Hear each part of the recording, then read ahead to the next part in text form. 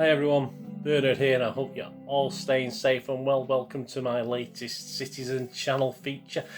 Please, if you are new to the channel, push that subscribe button and push the bell notifications as well, so you know when these vlogs are coming out. And of course, I do lots of stuff city past and city present, so please push that notification button. Make sure your notification is set to public as well, don't forget, otherwise you won't get to know. But press that subscribe button. Please check out my links on screen as well for Facebook and Twitter, and also don't forget I've got a little film and TV channel on YouTube as well, so if you want to have a little break from football, check that out. And of course on Facebook and Twitter I will check every few days and follow and friend everyone back on there. And also don't forget I'll have a sort of links with Blues in Business on Twitter. They promote City fan related small businesses, local businesses which need our help perhaps more than ever these days, don't they? So please don't hesitate to get in touch with me if I can promote or put some stuff out for you on one of my magazine vlogs, my city magazine vlogs. And don't forget, I'll always give a shout out to local projects or charities, etc, etc. Just get in touch. Anyway, please enjoy today's Citizen channel feature. Thank you.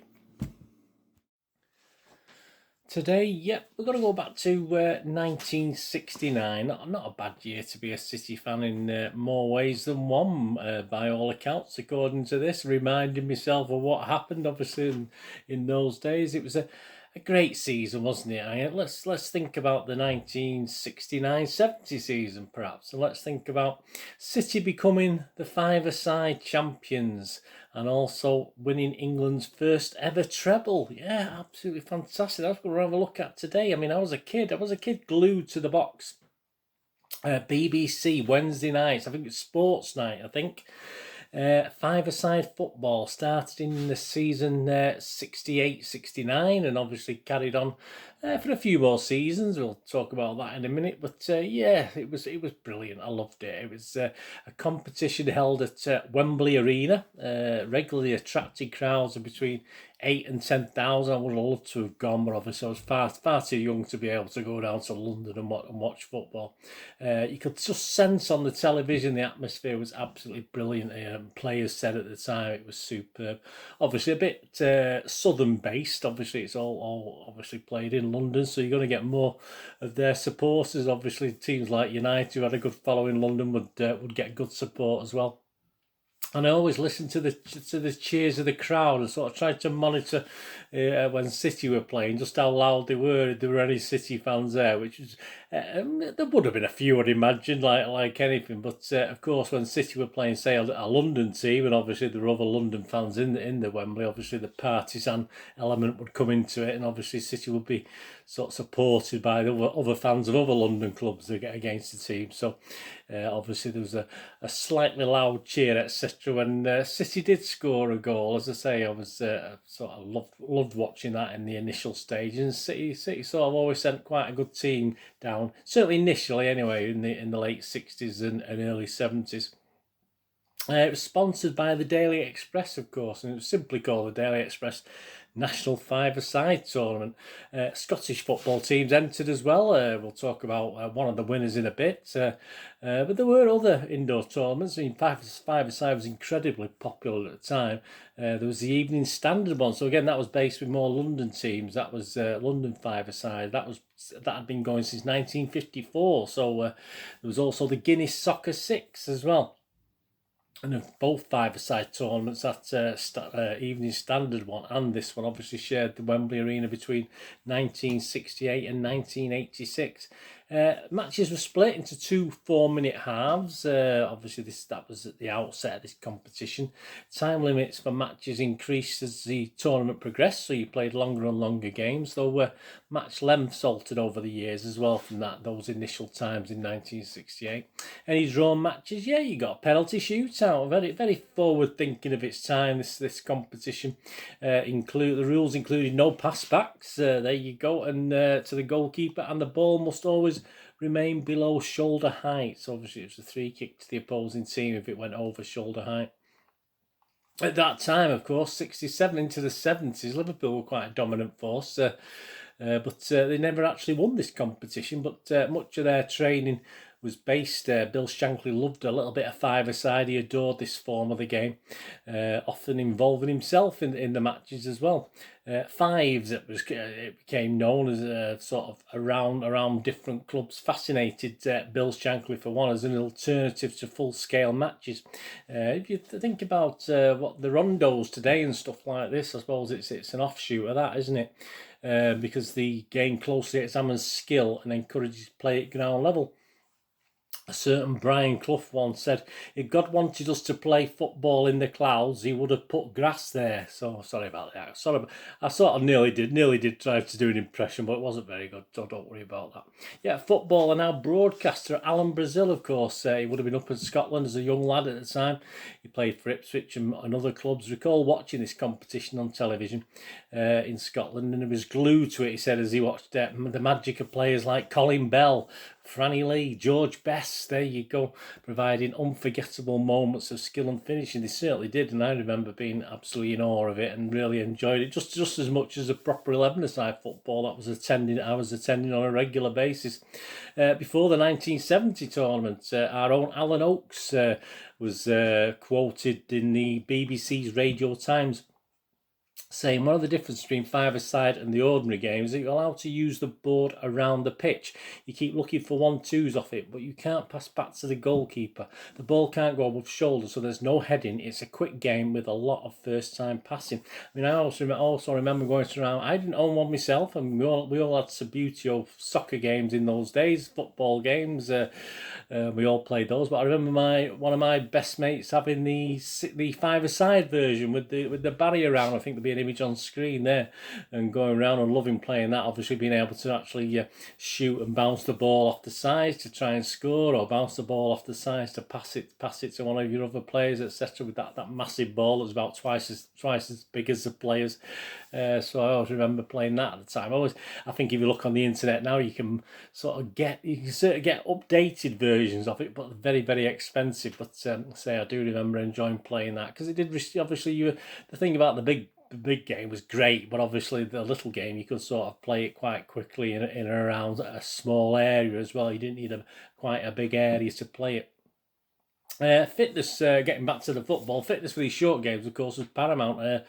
George Best actually made the point that although the games were fairly short, he was quoted as saying they could be more hectic and tiring. Yeah, I think you saw that when you watched the teams play. If you weren't quite 100% fit, you did struggle a little bit. He said they were more hectic and tiring than some 90-minute matches on a full-size pitches. He said you were involved virtually non-stop from kick-off to final whistle. What do you think about me? I played lots of five-a-side in the late 70s and 80s, and yeah, it was fantastic for fitness, of course. I mean, not very good on your knees, especially if you went in goal and dived and sort of obviously those surfaces we used to play on weren't very friendly. So if you took a tumble or whatever, you end up getting lots of grazes and very, very painful sore injuries if you took certainly the places we used to play when we were sort of in my teens and older, as we played for works teams, etc. Of course, getting on to City's one and only glorious victory. Obviously, as I say, despite many years attending this competition, came, of course, in the 69-70 season, so it's November 1969, which is, of course, as I said, don't forget, we would lift the League Cup and the Cup Winners' Cup that season, so a remarkable treble, if you think about it. 30 years before that other rabble did a similar sort of thing, didn't they, with the cups that weren't quite as important as this one, but there you go. Obviously, that was fantastic. So it was a 69-70 season, so we actually did a treble. There you go. So they can stick that where the sun don't shine. Even before we did the treble, obviously, just a couple of years ago as I'm recording this. Colin Bell himself in that competition, 69-70, actually played for England in Holland only the night before this tournament, so he came back to play in this tournament. Various quotes from the players. Tony Buck commented, he was playing, of course. We all enjoyed it a great deal. I thought Malcolm was going to have a fit when Colin Bell was clobbered once in one of the early games, but apart from that, everything went very smoothly. There was a variety of footwear. Yeah, you didn't really have the old trainers in those days, did we? Most of the the other players wore PT shoes. All the City team wore the practice shoes, which were just right. It was a bit hard on the feet, though. Alan Oakes, yeah, after 4 matches on that surface, your feet did feel it a bit, he said. The atmosphere was dry, hot and quite dusty, but the pitch was quite a big one by five-a-side standards, 70 yards by 30 yards, which gave us plenty of space. It was a change from the normal routine, and the competition as a whole was well organised. Glyn Pardo commented, the first 2 matches... Oh, I'll take that down. That's obviously the winners, isn't it, there in the very famous programme against Manchester United there. I'll stick that there. See if it'll stand up. It's not standing up. It's not behaving today. They usually stand up okay. So yeah, well, sorry, Glyn Pardo, the first 2 matches were against Coventry and Crystal Palace. Coventry were a group of young lads, but Palace were well fancied because they'd done well in London tournaments. In fact, we beat them easily 3-1, and their goal came in the last few seconds. Joe Corrigan commented on the crowd. He said on the crowd on the whole, of course, was very much on the side of London teams and Swindon in the final. That's who we played. But of course, we had Malcolm shouting for us, so things were about even. Colin Bell said, I always believed we could win every time we played at City. In fact, I always expected to be on the winning side in training, so that's probably par for the course at that time. So when we were invited to play in the Daily Express five-a-side tournament at Wembley Arena, we went there to win. 8 of us made the trip, he carried on. I think this is from his autobiography, including Oaksy, Doyle, Glyn and Neil Young, with Dave Ewing as our coach. After our first couple of games, Dave came into the dressing room. Take a note of this, guys, as I'm reading this, with a fistful of fivers. Here you are, lads, here's your payment for that victory, he proclaimed, and handed us all a share. None of us realised we'd be rewarded financially for progressing further, so suddenly there was even more a spring in our step. We couldn't wait for the next game. We won the competition by beating Swindon 2-1 in the final, wearing our lucky red and black stripes. Of course, we won that, receiving several more cash payments along the way. We shared the money we made from winning that first national five-a-side tournament with the rest of the City players when we returned to Manchester. Of course you did, Colin, good man. The following day, it was the right thing to do, fair enough. It's funny actually, because there was I'm no investigative journalist, but at the time it was rumoured, and this is rumoured, I will say, I don't want to get into any sort of trouble here how many years later, 50 odd years later, it was rumoured by a Daily Express journalist that one side, didn't say the year, didn't say who it was, in the competition, had backed themselves to win the tournament at odds of 10-1. The team's Husky trainer was Mr. Ewing Husky, I can't remember, it's a Scot, wasn't he? And kitty holder left Wembley with a sizable bundle of five as well. There you go. And the team, here we go, this is probably puts a top hat on it, this one. And the team, which incidentally won the Daily Express trophy in the middle of a spectacular success streak. I'm putting 2 and 2 together here and making something. Took the West End by storm. Such goings on, if true, would be illegal today, and certainly looked down upon them. So there you go. No change. Perhaps I'm putting 2 and 2 together and making 5 or 4 or whatever. But a team in the middle of a spectacular run, 1969. I mean, come on. We're not known as a dirty oil club and cheats now, of course. We're not perhaps having a bit of previous in the past, but I'm not going to say anything. They were never mentioned which team he was talking about or what competition he was talking about. But it doesn't take much thinking, does it?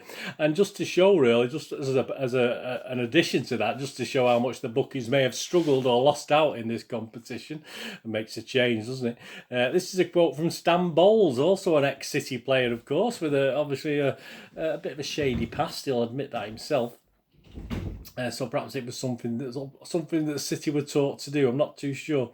Stan Bowles was quoted saying in his that the only time I've done it, in brackets, thrown a match, was a five-a-side. Do you remember the National Five-a-Side tournament? I was playing for QPR and we reached the final against Leyton Orient. I had a good mate who was an Orient supporter, Jewish Dennis he was called. He's dead now, and he backed them to win the thing, £1,000 at 8-1. He said to me, if you go boss-eyed in the final, you've got a grand. Well, I only stood to get £200 if we won the final. So I said, certainly. I scored a goal, but we lost 6-1. And our manager, Jerry Francis, said to me afterwards, you looked a bit tired in the second half, Ballsy. Laughter rings around the pub. But it's only 5-a-side, so it didn't matter. So there you go. So interesting times, of course. I'm not saying anything. Allegedly, all these things, but I'm only quoting from what's been said. Heyo, let's hope that 1969-70 trophy's not stripped from us, but let's hope it's not taken from us. Who knows in this day and age with all what's going on. The results of this competition, there was one site that got quite a lot of results, but it was a subscription-only thing, so I'm not going to plough through that to get results. But obviously, some scores did come up, but they're quite patchy on how City did over the years. I've not seen anything from any of our big writers like Gary James and stuff about that, or I may not have read the right things. You might know out there. Let me know anyway if you've got any further information.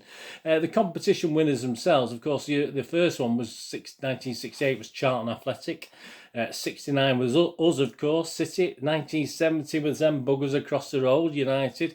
71 Southampton. 72 Tottenham. 73 Derby. 74 Orient. 75 Wolves. 76 Wolves. 77 Ipswich. 78 Palace. 79 Sunderland. 80 Aston Villa. 81 Celtic, Arsenal in 82, 83 Southampton, and that was the last year that it was actually televised, 84 Watford, 85 Oxford, and 1986 Norwich. We'll come back to that in a moment. We did some little results I found out. We did lose in 73 in the semi-final to Celtic 1-0. Who then lost in the final to Derby. In 1974, Orient won it and beat us in the semi-final 4-3 on penalties after it'd been a 2-2 draw in the semi-final. And we did actually reach, we'll come back to the 1986, the last ever. So the last ever game at Wembley Arena for this Daily Express Soccer Fives was, or Football Fives, Soccer Fives, whatever you want to call it. We did actually reach the final, so we were actually played in the last game, if you like, in 1986. We'd beaten Charlton Athletic 2-1, goals from Scott and Reed. We'd beat Arsenal 3-2, goals from a couple of goals from Scott and one from Paul Lake.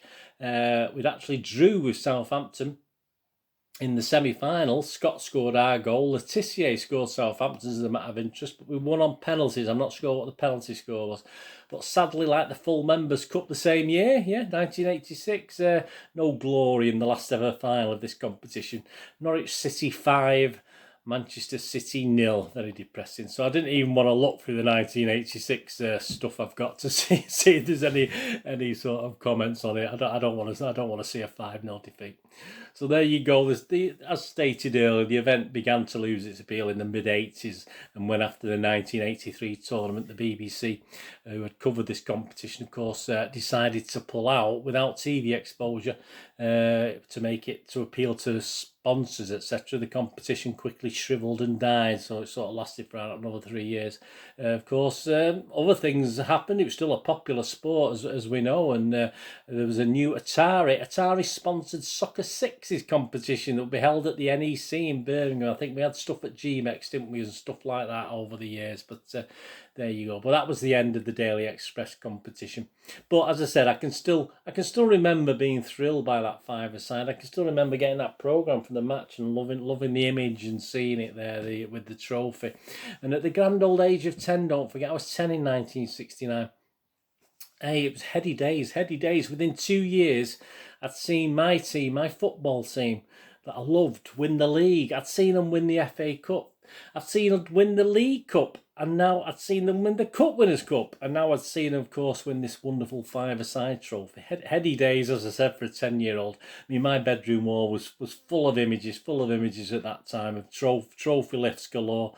And, of course, it did share a little space as well. As some on the bedroom wall. We did have some other little things happen in 1969. Yeah, a little non-football achievement. It's sort of, my city pictures did share a little bit of space with pictures from a certain moon landing. So yeah, that was there as well at that time. So can you imagine what a time to be a 10-year-old? Absolutely. I wish I could go back. What a time for a 10-year-old lad. Anyway, thanks for watching. What you got to do the rest of the day, have a great one. Look after yourselves, look after your friends, look after your families. More importantly, let's all look after each other. So we'll meet here again on the Citizen channel. I'll perhaps have a flit across and have a look at my film and TV channel.